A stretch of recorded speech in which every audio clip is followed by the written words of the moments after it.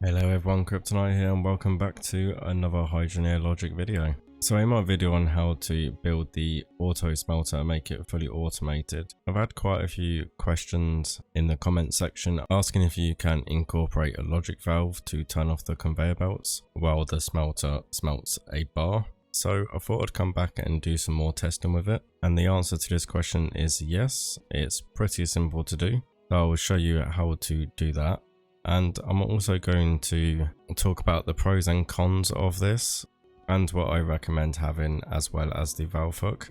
I do recommend that you don't solely rely on that, as it has its flaws, and I will show you in the testing process. So basically all you need to do is, once you have your logic smelter all built, if you're not sure on how to build this, then please do check out my other video. I have a full guide on how to set this up. I'll leave the link in the description below. Now, on the same output as your magnet, all you need to do is just extend it into a logic valve hook onto your pipe for your conveyor belts.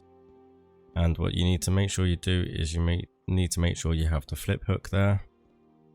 If you don't have this here, then the conveyor belts will stay shut off, and then when the smelter resets, it will open briefly and then close. So you just need to flip hook just to reverse this, so it stays open and then closes when it's all activated. Now I will show you what the biggest issue with this is, and the reason why you shouldn't rely on it too much is because once you've got your ore flowing like so, this should activate at 50. You watch the conveyor belts, they will turn off, but there is a slight delay. As you can see here, it's activated, that turned off, and there was a delay in the conveyor belts.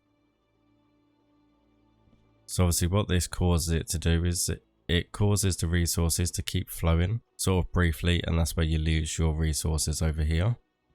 So what I do strongly recommend you do is have a magnet as well, just on top of your smelter. I recommend putting the magnet on a 1 second delay, just like my previous build. Now, as you can see here, I've got 2 magnets, and that's because during my testing I kind of upped the resource intake for bigger builds, like so. And what I found was having 1 magnet and the valve wasn't enough. So I have 2 magnets instead. I have this magnet here just floating above the conveyor belt, quite a bit of a distance, just because it enables a little bit more time when the resources drop. Now, this top magnet here, I haven't gotten any delay, so this activates pretty much straight away when the smelter activates, and then the one below it I have on a 1 second delay, so that stays active for a longer period of time than this one here.